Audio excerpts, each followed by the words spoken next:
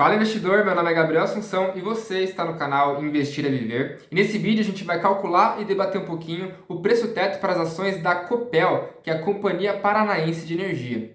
Então, falando só um pouquinho sobre a companhia, né? Ela é uma empresa que trabalha com energia elétrica, que é um dos setores à prova de bala do Barsi. É um setor bastante interessante para a gente ter ações com foco em dividendos, foco em renda passiva e crescimento, né? Porque a gente sabe que o setor elétrico tem muito a crescer. A Companhia Paranaense de Energia, embora leve esse nome e seja controlada pelo Estado do Paraná, ela não tem o seu business apenas no Estado do Paraná. Ela tem linhas de transmissão, por exemplo, em diversos lugares do Brasil. Então, é diferente um pouco do Banrisul, que está lá, é o Banco do Rio Grande do Sul, que atua só no Rio Grande do Sul.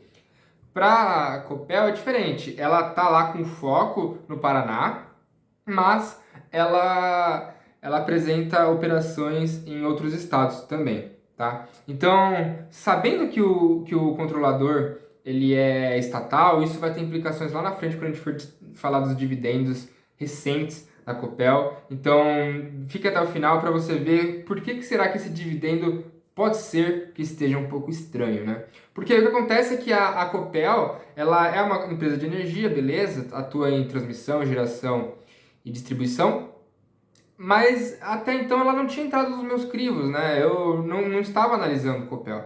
E aí eu vi que o dividendo estava muito interessante, né? O dividendo dos últimos anos estava muito alto e com certeza se você foi naqueles sites como Fundamentos e buscou lá setor elétrico e colocou do maior dividendo para o menor, a Copel com certeza está lá em cima, né? E aí quando isso acontece, isso chama a atenção do investidor. Né? Falar, ó, eu tenho uma empresa de um setor interessante que está pagando bons dividendos, né? Pode ser que seja interessante para eu comprar.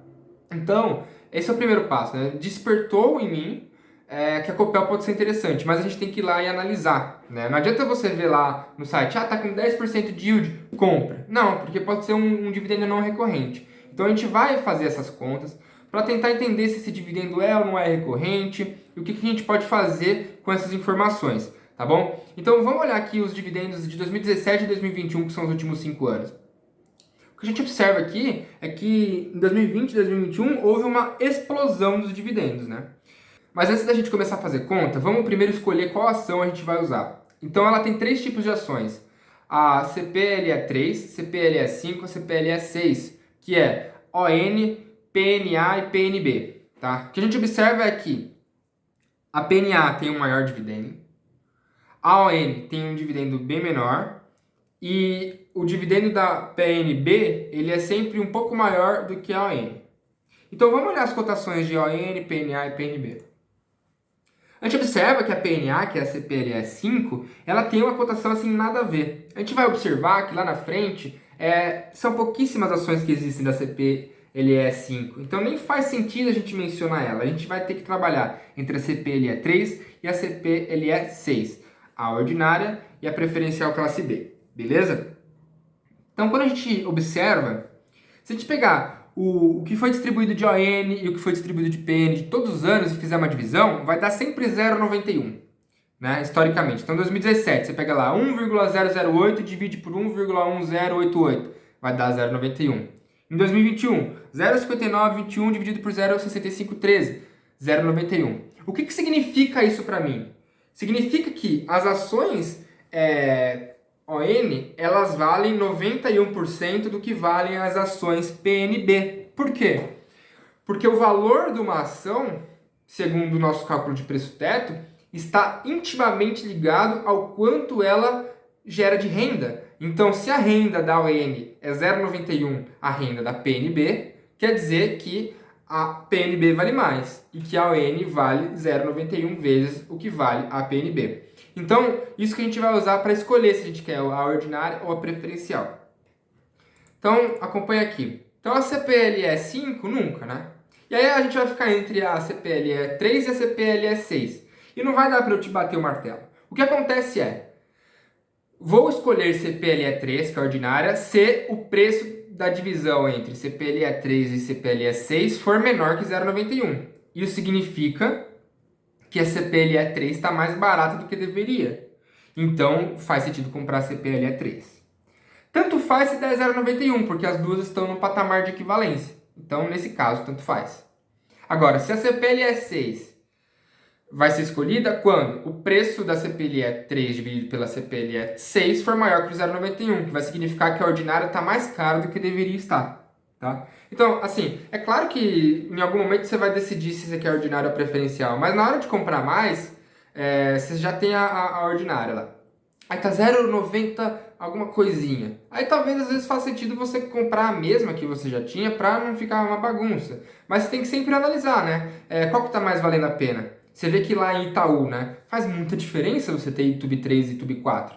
Então sempre tem que ficar muito atento nessas questões, porque assim, não adianta nada você ver que a empresa é boa, querer comprar a ação dela tal, e escolher a ação errada, porque isso vai afetar diretamente a sua remuneração. Então, a escolha de qual ação dentro de uma empresa que você já decidiu ter é fundamental também, por isso que eu dou muito peso para isso. Então, vamos lá. Na cotação de 14/4 de 22, se a gente fizer a divisão dá 0,88. Isso quer me dizer que quem está mais barato nesse caso é a CPLE 3. Então, para fazer todas as contas a partir de agora nesse vídeo, eu vou usar a CPLE 3.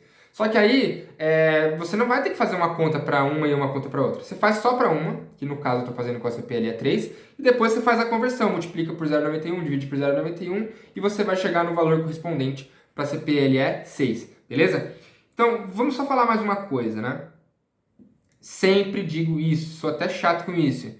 Não adianta você pegar e fazer uma média do quanto foi distribuído por ação, porque a quantidade de ações varia. Observe aqui, em 2020 foi distribuído 2,5 e deu um preço distribuído, uma quantidade distribuída por ação AN de 3,41.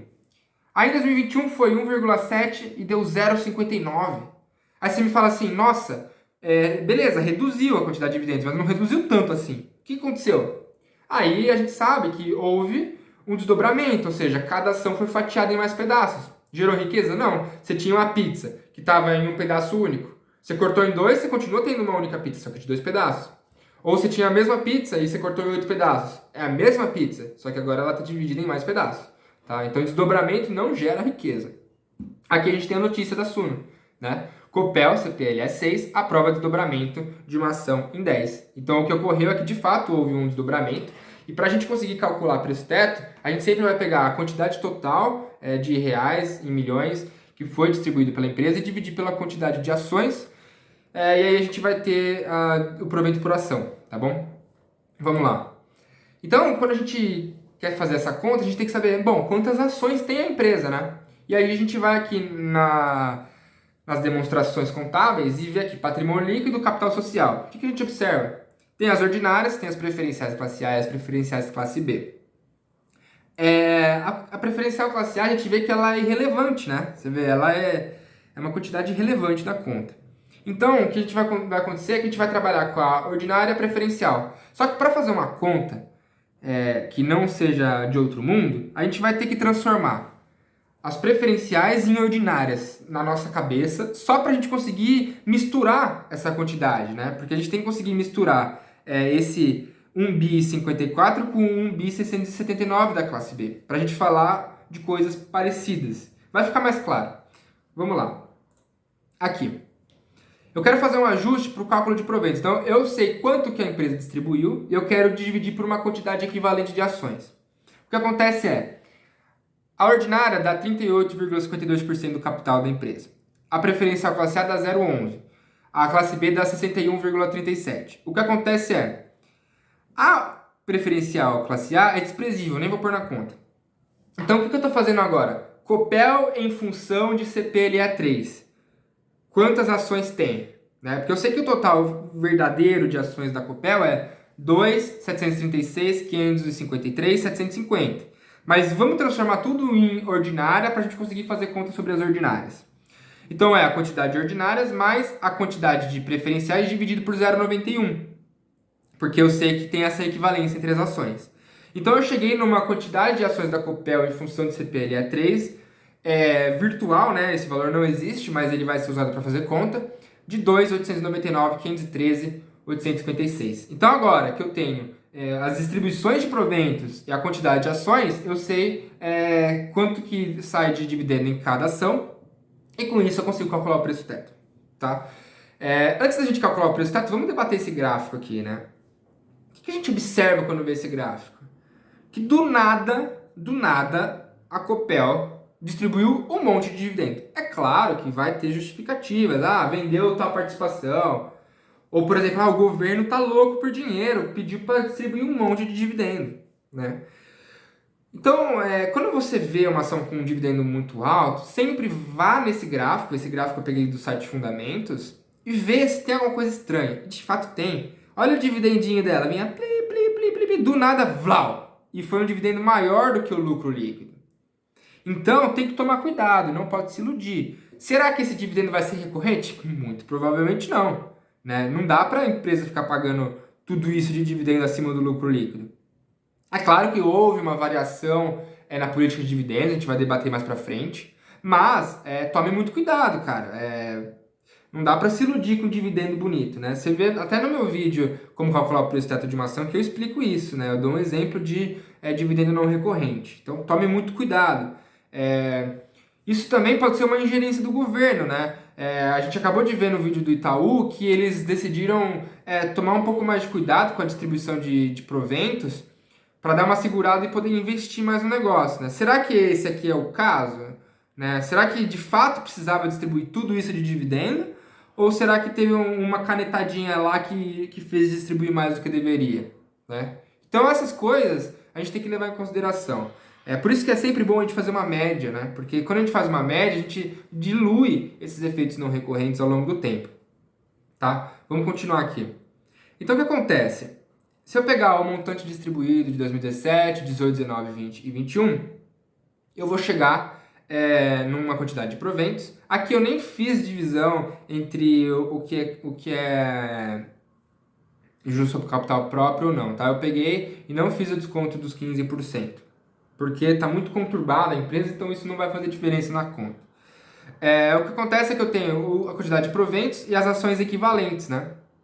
Então se eu pegar e fizer uma divisão, vai chegar no dividendo por ação. Então aqui tem 10 centavos em 2017, 13 em 2018, 22 em 2019 e assim por diante, né? Aí a gente chega numa média dos últimos 5 anos aqui. R$ 6,39. Então isso aqui poderia ser um preço teto, né? Só que olha, o que foi distribuído em 2020? Foi tudo relacionado ao exercício? Não, tá escrito ali, ó, reserva de lucro. Então foi distribuído um valor que estava lá no patrimônio líquido, mas que não é referente ao exercício. Então é uma coisa totalmente não recorrente, né? Então é interessante a gente excluir isso da conta, porque a gente sabe que esse dividendo não vai acontecer de novo. Se a gente excluir isso, a gente chega em outros valores totalmente diferentes, né? Aqui eu deixei em amarelo. Em 2020, se a gente não excluir, a gente chega em um preço teto de 6% de R$ 14,52, assim, totalmente fora da realidade para a empresa. Agora, se a gente excluir esses não recorrentes, a gente já chega num preço teto de R$ 5,85. Olha que diferença que faz um não recorrente na história. Então, assim, tem que tomar muito cuidado com o efeito não recorrente, tá? E aí, se a gente fizer uma média dos últimos 5 anos, dá 4,66. E se a gente quiser dar um peso maior para os anos mais recentes, vai dar 6,48. Então, o que acontece é que eu vou fazer uma média desses dois e vou adotar esse como sendo meu preço teto, mas eu ainda vou debater muito sobre ele, tá? Então, nesse caso, daria 5,57. Vamos dar uma olhada aqui. Beleza. A ação está acima, né? Se a gente pegasse e comprasse lá em 2020, ia ser R$ 8,51 ali no pico. Seria uma boa compra? É claro que não, né? Mas isso eu estou olhando no retrovisor. Só que o que aconteceu lá em 2020? O dividend yield estava muito alto. Por quê? Porque teve aquele não recorrente. Então isso enganou muitos investidores que achavam que a empresa, uau, a partir de agora a Copel está voando. Por isso que a ação de fato subiu muito naquele período. E aí ela depois começa a voltar para a realidade. Então, sempre que você for analisar, não cai nessa pegadinha do dividendo alto que brotou, tá? Dá uma olhada em contexto. Então vamos continuar aqui. Sempre que você tem uma questão com estatais, que elas dão lucro do nada, assim, Às vezes é interessante, desde olhar só o lucro, o dividendo, olhar um pouquinho as métricas de patrimônio. É o que eu fiz, por exemplo, no Banco do Brasil, né? Eu gosto de analisar Banco do Brasil pelo patrimônio, pelo preço ou valor patrimonial. Então lá o 0,7, né, por exemplo. Então vamos olhar o histórico do preço ou valor patrimonial do Status Invest. A gente observa que, na média, o preço ou valor patrimonial da empresa foi 0,63 e a gente observa que está acima da média ultimamente. O que significa? Que as pessoas estão pagando mais do que elas costumamente pagam por essa empresa. Por quê? Tem esse histórico recente desses dividendos aí extraordinários, esses lucros superiores, né? Então, se a gente quiser fazer um preço teto mais pé no chão relacionado ao patrimônio, falar assim, eu tô meio na dúvida se de fato a empresa melhorou, assim, tô sendo meio reticente. Então, vamos fazer um preço teto para o patrimônio. Se eu falar que eu quero um preço-valor patrimonial de 0,7, eu chego num preço teto de 5,59. E se eu falar que eu quero a média que o Status Invest nos trouxe, vai dar 5,03. E aí a ação ainda está acima. Só uma coisa que eu gostaria de dizer tá vendo ali em 4 de janeiro de 2019? Tava 2,93, né? A ação foi um bom investimento desde aquele momento? Foi um bom investimento, dobrou, né? Mais do que dobrou. Só que você teria comprado essa ação em 2019? Você vê que a nossa conta, ela teria deixado essa ação passar. Então o que acontece é que assim, não é infalível esse método. Você vai deixar passar oportunidades em alguns momentos, né? Então, eu sendo reticente hoje com a Copel, eu falando, tá 6,68, mas eu não sei se esse dividendo aí vai continuar, pode ser que a ação de fato esteja barata pra caramba. Mas eu não tenho essa certeza e eu não fui fundo na análise para conseguir fazer isso. Então, se você foi fundo suficientemente na análise para conseguir ter essa dimensão, talvez você me diga assim, caramba, Gabriel, a Copel tá de graça hoje. Só que se você não foi, você vai ter que confiar de que vai dar bom. Então, por isso que às vezes a gente, sendo mais conservador, a gente acaba deixando umas coisas passar, né? Então você tem que saber que às vezes você vai deixar algumas coisas passar. E tudo bem, né? Você tem que saber lidar com isso também. Não dá pra você querer ser o cara que acerta todas. Mas é importante que você saiba que fazendo um backtest voltando em 2019, com os dados que existiam em 2019 sobre a empresa, muito provavelmente o preço teto ia estar num outro patamar, né? E talvez você não comprasse Copel naquele momento, mesmo ela tendo se valorizado pra caramba nesses últimos tempos. Então o que dá pra dizer? Copel hoje tá cara? Eu não consigo dizer que Copel está cara hoje. Mas eu também não consigo dizer se ela está num preço barato em relação ao que deveria estar, né? Então a gente fica meio reticente. Por isso que eu preferi colocar um preço teto de Copel de 5,60. O que isso significa? Bom, como eu não tenho tanto conhecimento sobre a empresa, ela de fato ela não estava dentro das empresas pré-selecionadas por mim, que eu já acompanho, ela veio de fora, o que eu estou fazendo? Bom, dando um preço teto conservador, se baixar de 5,60, eu vou lá e começo a estudar mais a empresa. Esse dividendo aqui, ele pode ser que seja tanto. Legal. Então, quando esse preço teto bater, por exemplo, pode ser um momento em que eu começo a estudar mais a empresa. Mas eu já sei que naquele preço eu estou sendo suficientemente conservador no 5,60, né? Mas pode ser que ela valha muito mais. Pode ser que eu esteja sendo excessivamente conservador. Então, cada pessoa, ao definir o seu preço teto, ela tem que fazer essa ponderação. E isso vai depender muito do nível de conhecimento que a pessoa tem da empresa. Por quê? Quanto mais conhecimento você tiver sobre uma empresa, mais certeza você tem sobre ela. E quanto mais certeza você tem, menos risco você tem de estar errado. E com isso você consegue ter um preço teto mais preciso, ou seja, com uma menor margem de segurança. Agora, quando você conhece pouco a empresa, você tem que ser mais conservador. Você tem que ter um preço teto mais baixo. Por quê? Para evitar que você tenha cometido erros de análise. E para que esse preço teto ele te proteja desses seus erros de análise. Então, é por isso que, quando você conhece menos a empresa, você tem que ter preço teto mais conservador. Agora vamos falar um pouco de futuro, né? A gente calculou o preço teto com base no passado, mas vamos supor que você quer calcular um preço teto futuro, né? de acordo com os dividendos futuros. E é o que na Copel parece que faz mais sentido. Eu vou te ensinar como fazer, mas eu não vou pôr valores, porque de fato eu não quero fazer chutes. Mas eu vou mostrar como que funciona. Recentemente, em 2021, a Copel anunciou um novo plano de política de pagamento de dividendos. O que ela disse?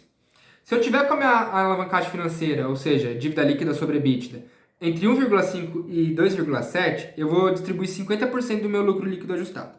Se eu tiver com índice de alavancagem financeira abaixo de 1,5 vezes, eu vou distribuir 65% do lucro líquido ajustado. E se eu tiver com um índice de alavancagem financeira acima de 2,7, eu vou distribuir o mínimo obrigatório, que é o 25% do lucro líquido ajustado. Então o que acontece? É interessante, né? A empresa está falando assim, se eu tiver com muita dívida, eu vou distribuir menos.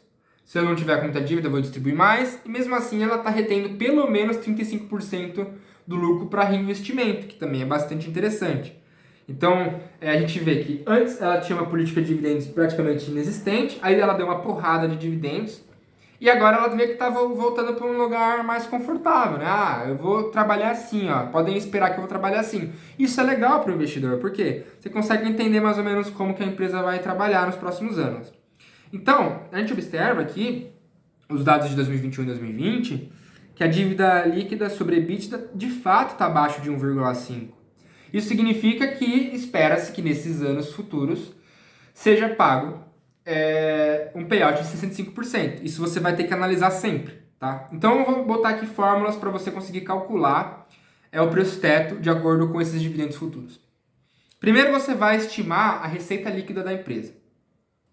Com a receita líquida da empresa e você estimando a margem líquida, ao multiplicar essa receita por essa margem, você vai chegar numa estimativa de lucro líquido.